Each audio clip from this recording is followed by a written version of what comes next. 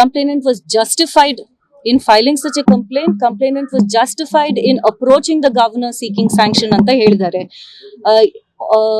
The order also says it is the duty of the complainant to seek approval anta. Therefore, there is no fault found in any of the complainants in approaching the governor. ಆಮೇಲೆ 17A of the PC Act Prevention of Corruption ಅಲ್ಲಿ ಅವ್ರು ಹೇಳಿದ್ದಾರೆ police ಆಫೀಸರ್ನೇ investigation ಮಾಡಬೇಕು ಅಂತ ಏನ್ ಬೇಕಾಗಿಲ್ಲ. That this could have gone before the governor because ಅವ್ರದ್ದು ಒಂದು ಆರ್ಗ್ಯುಮೆಂಟ್ ಇತ್ತು, ಇಲ್ಲ 17A it's only the police officer ಯಾಕೆಂದ್ರೆ he is equipped legally ಅಂತ.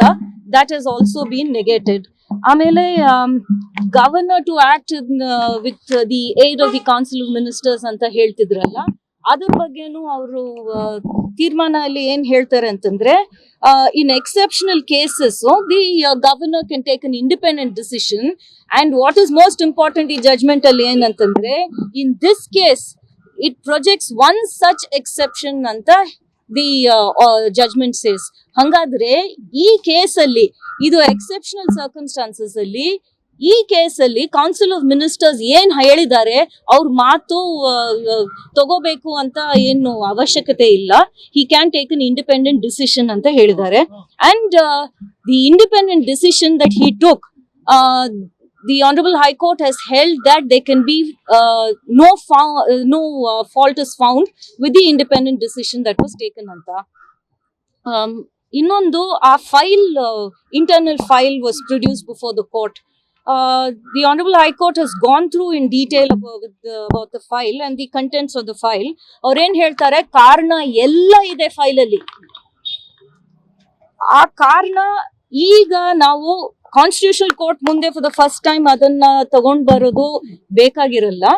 ಅದು ಸ್ಪೆಷಲ್ ಕೋರ್ಟ್ ಅಲ್ಲಿ they can raise all these issues. And that non application of mind ಅಂತ ಅವರು ಹೇಳ್ತಿದ್ರು ಗವರ್ನರ್ದು. And High Court has held that there is application of mind. In fact, he says that there is abundant application of mind anta heltare, which means that governor tumba detail agi idralli hogidare. So you cannot allege that there was non-application of mind anta. Amele with respect to opportunity of hearing to be given in a 17A, what the High Court feels is that opportunity of hearing is not required, because what was required was giving the party a notice, giving them an opportunity of responding to what the allegations are. Adella madidare, detail ag madidare. Accused avurdunu detailed response bandide, so it won't be required anta High Court helidare. Innondu governor haste ಆಗಿ order ಮಾಡಿದ್ರು, ತುಂಬಾ ಬೇಗ ಈ order ಮಾಡಿದ್ರು ಅಂತ, ಅದ್ರ ಬಗ್ಗೆನು the court holds that it was not in haste. ಇನ್ನೊಂದು, ಬೇಗ ಆರ್ಡರ್ ಮಾಡಿದ್ರೆ it does not mean that the order should be vitiated. So which means that ಅದು ಬೇಗ ಆದ್ರೆ ಡಿಲೇ ಆದ್ರೆ ಅದಲ್ಲ, ಆರ್ಡರ್ ಸರಿಗಿದೆಯೋ ಇಲ್ವೋ ಅಂತ ಬರೀ ಹೇಳ್ಬೇಕು. So it is not done in haste ಅಂತ. ಆಮೇಲೆ ದ ಕೋರ್ಟ್ ಹೆಲ್ಡ್ ದಟ್ ಈ order it is restricted only to 17A and with respect to governor's approval. It does not go under the BNSS. ಯಾಕೆಂದ್ರೆ ಅದರಲ್ಲಿ under 218 ಇದೆಯಲ್ಲ, ಅದರ ಬಗ್ಗೆ ಎಲ್ಲ ಇದು ಬರೀ 17A ಮೇಲೆ ಅಂತ ಕ್ಲಿಯರ್ ಆಗಿ ಮಾಡಿದ್ದಾರೆ. ಇನ್ನೊಂದು, it requires investigation. And most importantly ಇದರಲ್ಲಿ ಕೋರ್ಟ್ ಏನ್ ಅಬ್ಸರ್ವ್ ಮಾಡಿದ್ದಾರೆ ಅಂತಂದ್ರೆ, ದಿ ಫ್ಯಾಮಿಲಿ ಇಸ್ ಇನ್ವಾಲ್ವ್ಡ್ ಅಂತ, ಪೀಪಲ್ ಇನ್ವಾಲ್ವ್ಡ್ ಆರ್ ಫ್ಯಾಮಿಲಿ ಅಂತ ಆರ್ಡರ್ ಬಂದಿದೆ. Which means that there is a direct connection, and therefore this is a matter that requires investigation.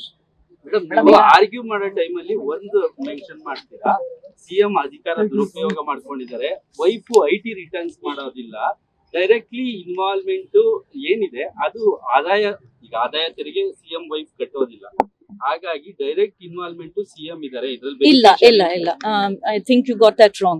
My argument was that there are such cases where even if the wife is an income tax assessee, now we were not going on the aspect of whether the wife is an income tax assessee or not. Even in cases where the wife is an income tax assessee and shows that I had income from elsewhere, even then in such circumstances the courts have held that the income that you would probably get from other sources adu salalla. Nimdu ಈಗ ಬಂದಿದ್ಯೋ with respect to what you utilized your power and got certain sites allocated, Adu, that is important. That is what I was pointing out. Not about whether she's an income tax assessee or not. Whether or not a wife is. What the courts will go into is, ಅವ್ರಿಗೆ ಈ property ಹೆಂಗ್ ಬಂತು, ಇದ್ರಲ್ಲಿ ಅವ್ರದ್ದು ಏನ್ sale amount ಆ ತರ ಏನಿಲ್ಲ. ಯಾಕೆಂದ್ರೆ brother gave it to her by way of gift deed. Brother purchase ಮಾಡಿರೋದು ಬರೀ 4 ಲಕ್ಷಕ್ಕೆ ಪರ್ಚೇಸ್ ಮಾಡಿರೋದು. ಅವ್ರು ಎಲ್ಲಿಂದ ಪರ್ಚೇಸ್ ಮಾಡಿದ್ರು, ಅವರು he is the owner of the property ಅಂತ ಸೇಲ್ ಮಾಡಿದ್ರು, but he was not the owner of the property. So ಇದರಲ್ಲಿ ಸ್ವಲ್ಪ ಬೇರೆ ತರ ಲಿಂಕ್ ಇದೆ. It is not a transaction where there is any kind of monetary gains involved. In this, the gains that are there are by way of sites. Madam, ಇಲ್ಲಿ ಪ್ರಮುಖವಾಗಿರುವಂತದ್ದು ಈಗ next ಏನಾಗುತ್ತೆ ಅಂದ್ರೆ ತನಿಖೆಯನ್ನ ಇಲ್ಲಿಯ ತನಿಖಾ ಸಂಸ್ಥೆಗಳಿಗೆ ಕೊಡೋದಿಲ್ಲ. ಯಾಕಂದ್ರೆ ಸಿಎಂ ರಾಜೀನಾಮೆ ಕೊಟ್ಟು ತನಿಖೆ ಕೊಡೋದಾದ್ರೆ ಫೇರ್ ಟ್ರಾನ್ಸ್ಪರೆಂಟ್ ಆಗಿ ತನಿಖೆ ಆಗ್ತದೆ ಅಂತ. ಬಟ್ ಸಿಎಂ ರಾಜೀನಾಮೆ ಕೊಡದೆ ಇಲ್ಲಿಯ ತನಿಖಾ ಸಂಸ್ಥೆಗಳು ತನಿಖೆ ಮಾಡ್ತವೆ ಅಂದ್ರೆ ಇದಕ್ಕೆ ನೀವು ಹೋಗ್ತೀರಾ? I will not go into the aspect of whether the CM should tender a resignation or not, because that is not within my scope.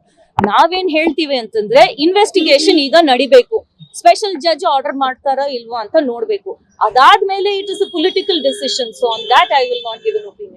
ಅಲ್ಲ, ಈಗ ತನಿಖೆಗೆ ನೀವು ಲೋಕಾಯುಕ್ತ ಅಥವಾ ಸಿಐಡಿ ಇಂದ ತನಿಖೆಗೆ ಕೊಟ್ಟರೆ ಅದು ಜಡ್ಜ್ ಯಾವ್ದು ಆರ್ಡರ್ ಮಾಡ್ತಾರೆ ಗೊತ್ತಿಲ್ಲ.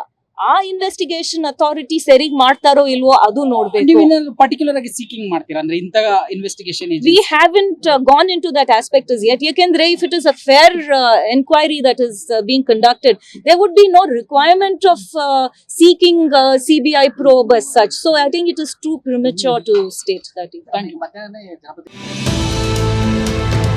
you.